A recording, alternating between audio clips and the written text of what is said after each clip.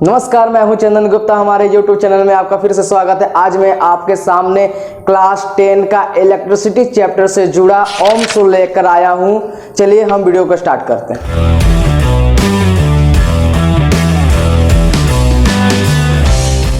हमारे electricity chapter में next concept आता है ओम्स लॉ।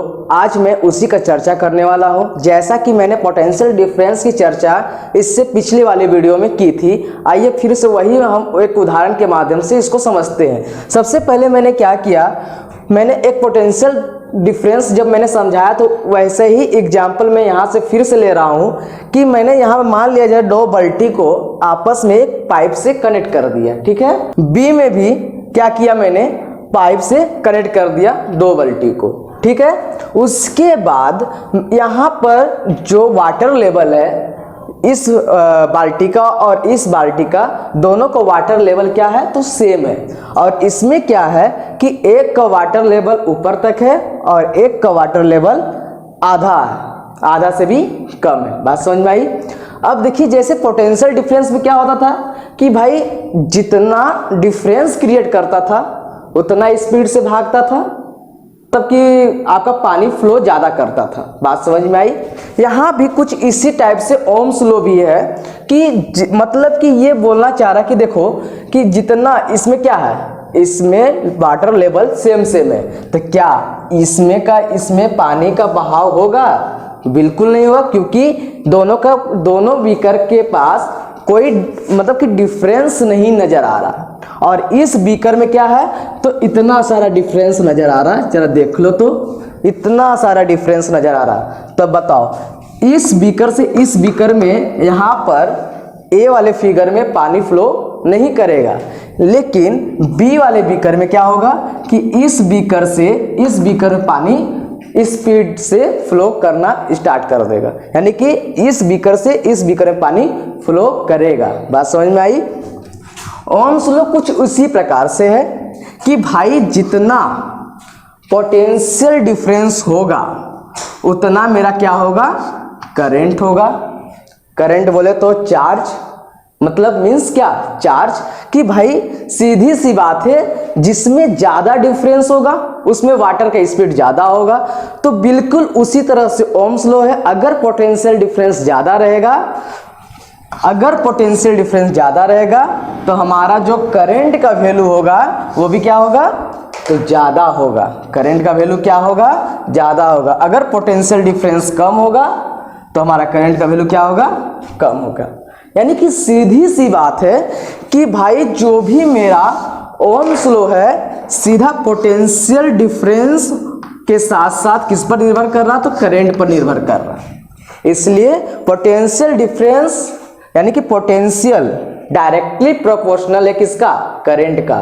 करंट मतलब चार्ज का। बात समझ में आई। अब देखिए यहाँ पर यही मेरा क्या कहलाता है, ओम्स लॉ, कि पोटेंशियल डिफरेंस का डायरेक्टली प्रोपोर्शनल होता है करंट। इट मींस चार्ज का फ्लो क्या होगा, ज्यादा होगा, ठीक है। यही हमारा ओम्स लॉ है। यह ओम्स के द्वारा साइमन्स ओम्स एक वैज्ञानिक थे जिसके माध्यम से इसकी एक रिसर्च हुई थी, तो यहाँ से इसीलिए उनका ही नाम से पड़ा ओम्स लॉ। उन्होंने एक अपना नियम को दिया था, ठीक है। अगर हम इसका मैथमेटिकली एक्सप्रेशन की बात करें तो क्या होगा, सेम टू यही होगा कि V directly proportional to I।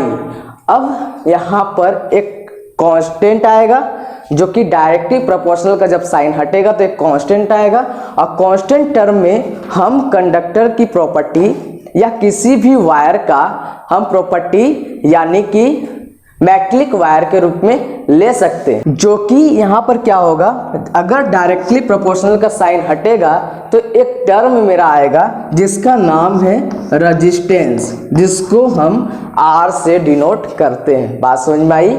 यह क्या है तो R क्या है तो रेजिस्टेंस है, इसलिए क्या हो गया V इक्वल टू IR।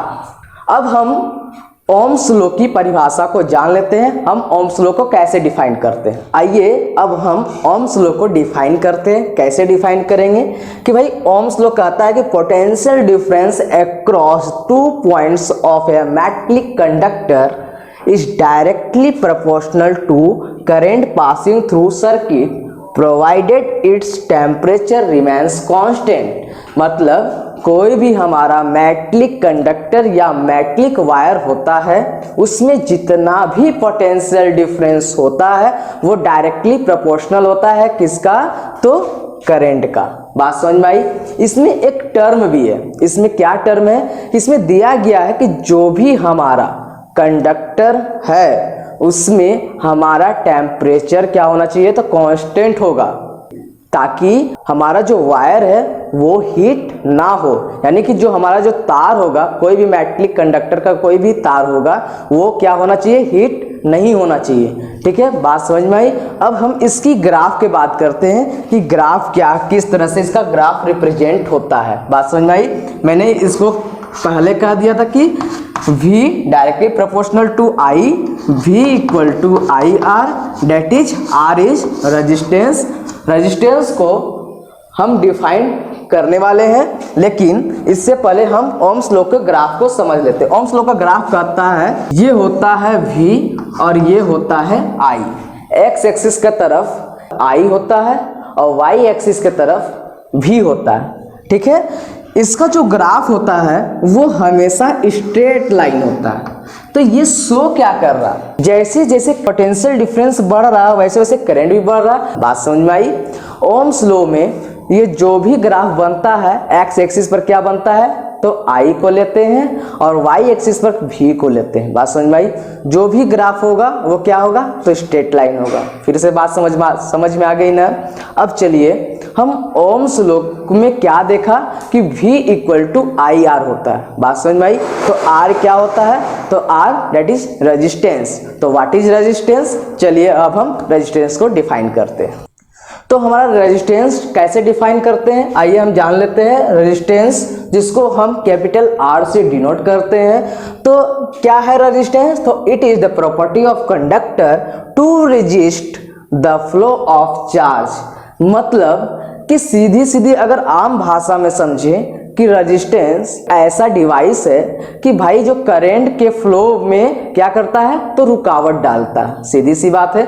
मान लिया जाए अगर आप एक सड़क से जा रहे हैं, ठीक है, आप फुल्ली स्पीड से जा रहे हैं, अचानक आपके सामने एक बैरियर आता है, तो क्या कर रहा, वो रोकने का काम कर रहा, आपकी स्पीड को कम करने का काम कर रहा। तो वो क्या है आपके लिए, तो वो क्या है, तो रेजिस्टेंस है जो आपके मतलब कि क्या आपके स्पीड को क्या कर रहा, रुकावट डाल रहा। उसी प्रकार से करंट को रुकावट डालने वाला एक रेजिस्टेंस होता है। बात समझ में आई। रेजिस्टेंस किसी भी कंडक्टर यानी जिसमें करंट फ्लो करता है, तो रेजिस्टेंस कंडक्टर ऐसी प्रॉपर्टी यानी जिसमें वह गुण होता है जिसमें चार्ज का फ्लो होता है, तो उसका क्या करता है, विरोध करता है। बात समझ में आई। तो अगर हम रेजिस्टेंस की मैथमेटिकली एक्सप्रेशंस को देखें तो क्या होगा, क्या था, V equal to I R. तो यहां से हम रेजिस्टेंस निकालेंगे तो R इक्वल टू क्या होगा, V बटा I। तो V क्या है, तो पोटेंशियल डिफरेंस है। पोटेंशियल डिफरेंस का SI यूनिट क्या होता था, वोल्ट। करंट का SI यूनिट क्या था, एम्पियर। तो क्या बना दिया, वोल्ट बाय एम्पियर। ये किसके बराबर होता है, तो ओम्स के बराबर होता है, 1 ओम्स के बराबर होता है। बात समझ में आई। इसलिए इसका SI यूनिट होता है ओम्स, जिसको हम इस ढंग से सूचित करते हैं, ना कि हम ओम को ऐसे डिफाइन करेंगे। ये ओम दूसरा हो गया। लेकिन यहाँ पर इलेक्ट्रिसिटी की बात आए, अगर ओम्स को अगर डिफाइन करना हो तो ऐसे डिफाइन करें। बात समझ में आई। अब आगे जानते हैं कि रेजिस्टेंस क्या होता है। तो रेजिस्टेंस को हम डिफाइन कर रहे हैं। रेजिस्टेंस क्या करता है कि a electrical instrument used to control a current by varying the resistance. मतलब रेजिस्टेंस जो डिवाइस है, एक ऐसा डिवाइस है, यह करंट को कंट्रोल करने का काम करता है। बात समझ में आई। ये करंट को किस तरह से कंट्रोल करता है, तो रेजिस्टेंस को चेंज करके। बात समझ में आई। रेजिस्टेंस को चेंज करके क्या करता है, ये जो करंट होता है उसको कंट्रोल करता है। अब रेजिस्टेंस से जुड़ा एक प्रश्न हम आपसे पूछते हैं। 1 ओम्स को डिफाइन करना है, आप इसका उत्तर हमारे कमेंट बॉक्स पर जरूर दीजिएगा। ठीक है, अब आगे resistance of conductor depend on this factor. आइए हम जानते हैं इसकी फैक्टर क्या क्या किस बात पर डिपेंड्स करता है। तो पहला directly proportional to the length of conductor, यानी कि जो हमारा रेजिस्टेंस है वो किस पर निर्भर कर रहा है, तो लेंथ पर निर्भर कर रहा है। मान लिया जाए ये क्या है, तो वायर है, इसका जो सर्कुलर पार्ट है वो कहलाता है क्रॉस सेक्शनल एरिया। बात समझ में आई, मैंने आपको बता भी चुका है। तो इसका लेंथ कितना, ये लेंथ है, ये लेंथ पर डिपेंड कर रहा है कि कितना तार का वायर का क्या लेंथ है। ठीक है, इस बात पर मेरा रेजिस्टेंस क्या होता है, निर्भर करता है। बात समझ में आई। दूसरा पॉइंट ये है कि inversely proportional to area of cross sectional, यानी कि क्या, ये क्या है, एरिया ऑफ क्रॉस सेक्शनल है, ये इनवर्सली प्रोपोर्शनल होता है, इसलिए हम लिख सकते हैं रेजिस्टेंस इनवर्सली प्रोपोर्शनल होता है किसका, तो एरिया ऑफ क्रॉस सेक्शनल का। ठीक है, R proportional to 1 by area of cross sectional. बात समझ में आई।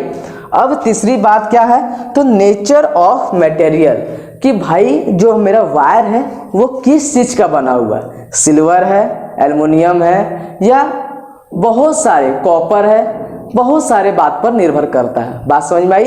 तो यहाँ पर क्या हो जाएगा, अगर इस दोनों को हम मिला देते हैं तो क्या बन जाएगा, R directly proportional to L by A।